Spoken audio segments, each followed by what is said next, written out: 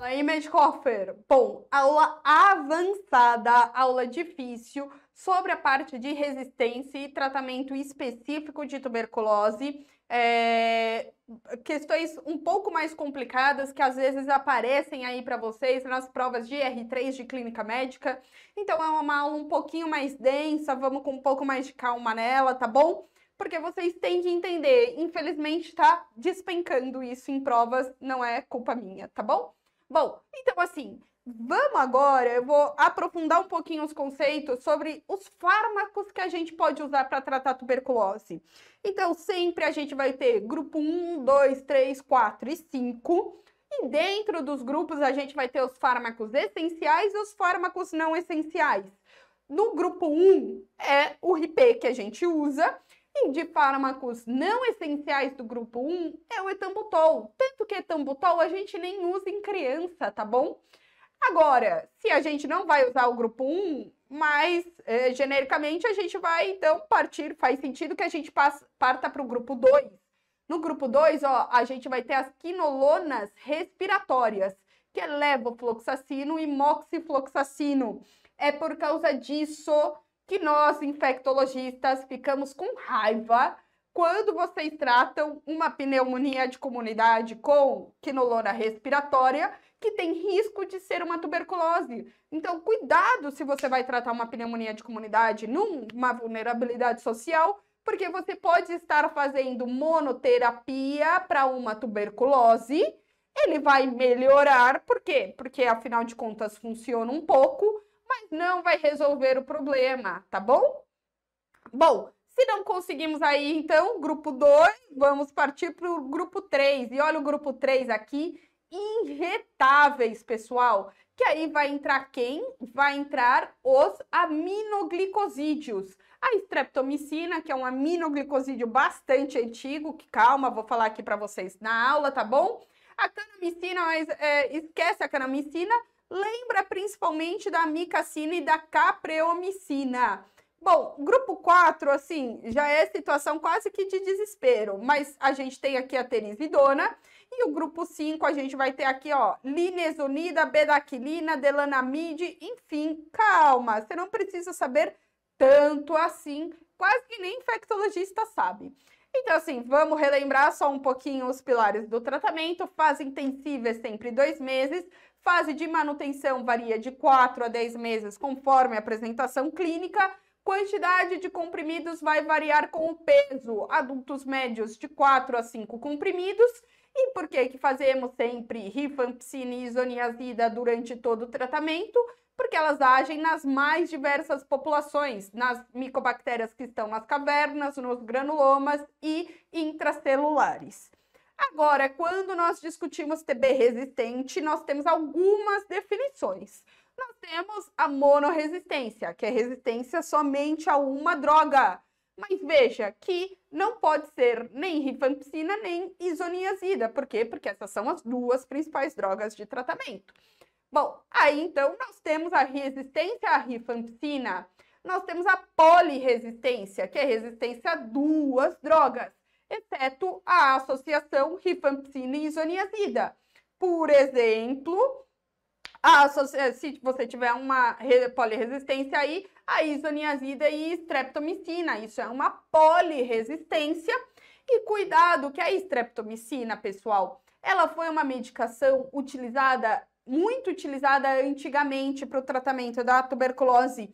E, em função disso, a tuberculose hoje em dia é muito resistente à streptomicina. E é por causa disso que, para usar streptomicina, você tem que fazer um teste de sensibilidade. Você tem que ter uma cultura com um antibiograma te mostrando que a streptomicina é sensível.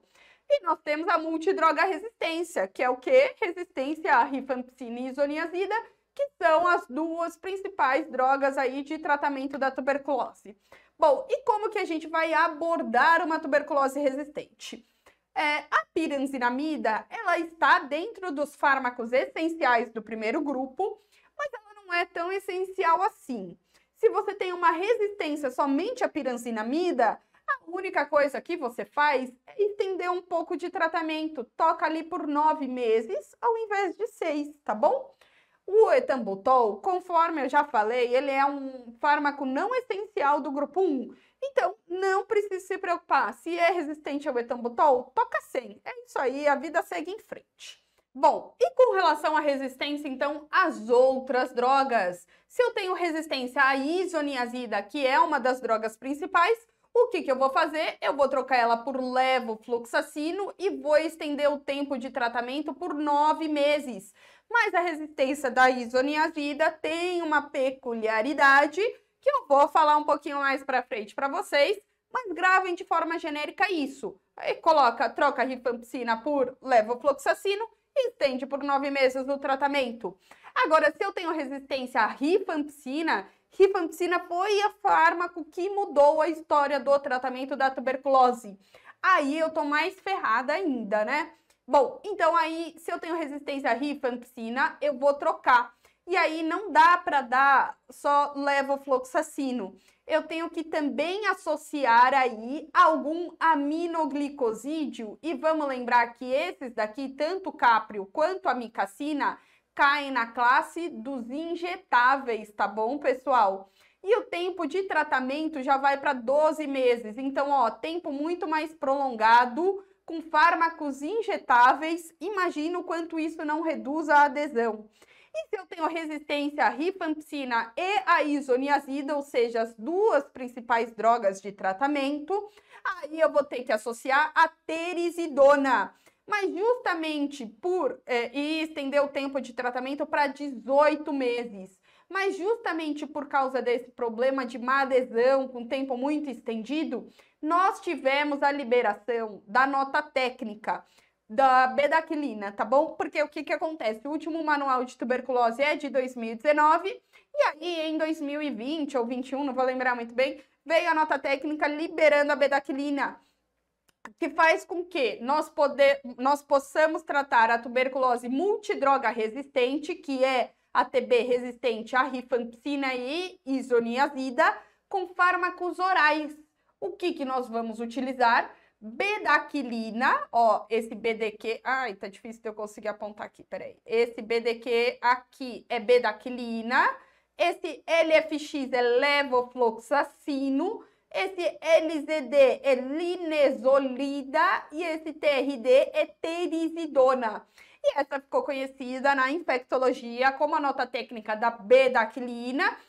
E cuidado com a bedaquilina, porque ela é cardiotóxica, tá bom? Então, você tem que fazer um eletro inicial para avaliar potenciais arritmias aí que seus pacientes apresentem.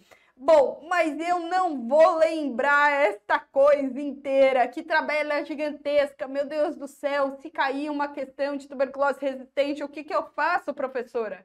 Então é o seguinte, resistência à isoniazida, se você não lembrar, você vai chutar na alternativa que te adicionar levofloxacino. E resistências que envolvam rifampicina, se você não lembrar, você vai chutar a alternativa que tenha amicacina ou capriomicina com etambutol e levofloxacino. E se for resistência a tudo, você vai chutar a bedaquilina, tá bom? Bom, mas lembra que eu mencionei que tem aí uma particularidade da resistência à isoniazida, tá? Da monorresistência à isoniazida. E existe essa tabelinha que já vi cair em provas para vocês, porque o que acontece? Muitas vezes a gente não vai saber de cara que o paciente tem uma cepa de tuberculose resistente. Você vai ter a cultura, pode demorar aí até 2 meses para se positivar. Então, você vai descobrir que era resistente quando a coisa já estava andando. E aí, o que você faz? É o famoso, em time que está ganhando, não se mexe. Então, olha só. Quando eu sei que é resistente à isoniazida antes de iniciar o tratamento, aí eu já vou iniciar com levofloxacino. Mas olha só, nesse esquema aqui, eu estou dando rifampicina, eu estou dando isoniazida. H é de isoniazida, Ué, mas por que eu vou dar isoniazida se é resistente à isoniazida? Porque quando você dá o comprimido coformulado, quando você dá as 4 drogas, você consegue dar um comprimido coformulado, e aí você dá de 4 a 5 comprimidos. Se você precisar não dar a isoniazida, aí você vai ter que dar 4 comprimidos de rifampicina, 4 comprimidos de pirancinamida, 4 comprimidos de etambutol, mais a levofloxacino, tá bom? Então, é por causa disso que você simplesmente vai lá e adiciona o levofloxacino. Bom, e se a cultura positivou com resistência à isoniazida na fase intensiva do esquema básico, os primeiros 2 meses? Avalie a evolução clínica. Evolução clínica está indo bem? Eu simplesmente adiciono o levofloxacino ou nem isso e estendo o tempo de tratamento para 9 meses. Agora, se a evolução clínica não está indo bem, o paciente não está ganhando peso, baciloscopia ainda permanece positiva, algo te indica que esse paciente não está conseguindo melhorar. Aí você tem que avaliar o resultado do seu teste rápido de tuberculose. Se o teste rápido apontar para um resultado sensível à rifampicina, você vai manter o esquema e vai reavaliá-lo em 1 mês para ver se ele melhorou. Agora, se o teste rápido te apontar resistência à rifampicina, aí você vai considerar o tratamento de tuberculose multidroga resistente, que aí vamos lembrar, capreomicina, amicacina, terizidona ou bedaquilina com levo, lenê e terizidona, tá bom? Agora, se eu estiver na fase de manutenção do esquema básico, se tá indo bem, e quem tá indo bem em time que tá ganhando não se mexe, simplesmente aumenta o tempo de tratamento para 9 meses. E quem tá indo mal em time que tá ganhando se mexe e vai para o esquema de tuberculose multidroga resistência, tá bom? Outra situação que pode te aparecer aí é tuberculose em hepatopatas. Então é o seguinte, se tem cirrose prévia já estabelecida, você não consegue usar rifampicina nem isoniazida, tá bom? Então a gente cai no esquema alternativo, que aí é capreomicina ou amicacina, com etambutol e levofloxacino. Agora, se não tem cirrose já estabelecida, a gente vai avaliar transaminases. Transaminases acima dos 5 vezes o limite superior da normalidade. Se sim, lembra daquela coisa da hepatotoxicidade grave que eu falo lá na aula de efeitos colaterais do RIPE?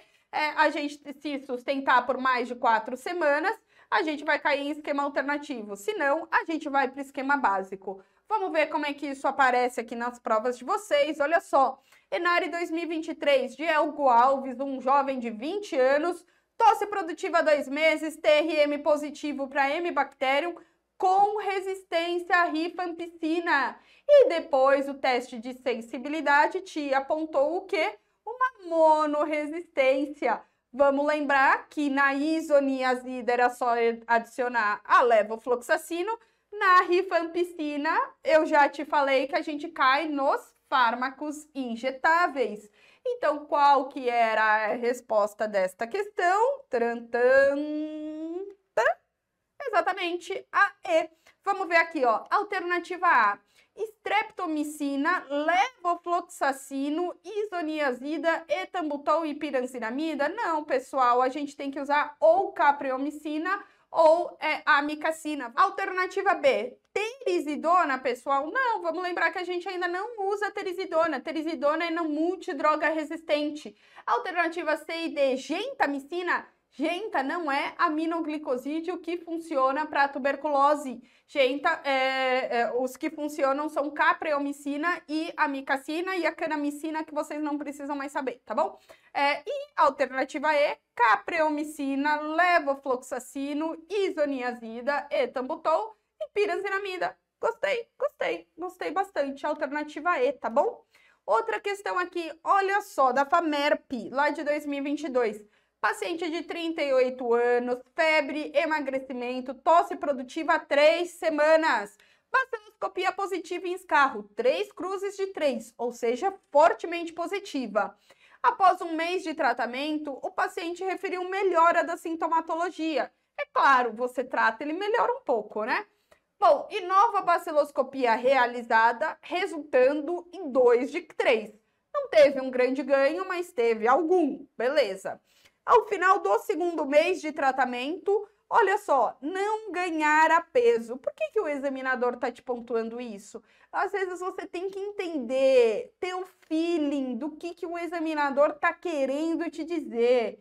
Se ele está querendo te dizer que o paciente não ganhou peso, ele está querendo te dizer que já estamos no segundo mês e não tivemos uma melhora significativa, ok? E a baciloscopia, olha só, ainda fortemente positiva, 2 de 3 cruzes. Ah, mas tudo bem, eu posso esperar até o segundo mês, eu posso esperar mesmo até o segundo mês para negativação da baciloscopia e eu só vou suspeitar de falência de tratamento após o 4º mês. Então vamos continuar aqui. Na consulta de acompanhamento do 4º mês de tratamento, revelou-se resistência à isoniazida com baciloscopia persistentemente positiva. E aí ele te pergunta o que você vai fazer com isso. Então vamos lembrar aqui, olha, falência de tratamento é nova positividade após o 4º mês ou persistência de positividade até o 4º mês, tá bom? E aí vamos lembrar ainda da resistência à isoniazida. Tem alguma dúvida de que esse paciente está evoluindo desfavoravelmente? Não, eu não tenho nenhuma dúvida. E agora eu já estou na fase de manutenção. Se ele está em fase de manutenção evoluindo desfavoravelmente, eu tenho que iniciar o esquema de tuberculose multidroga resistente. Então, voltando aqui nas nossas alternativas, a correta era exatamente reiniciar o tratamento abordando o caso como tuberculose multidroga resistente em associações de medicamentos por 18 meses.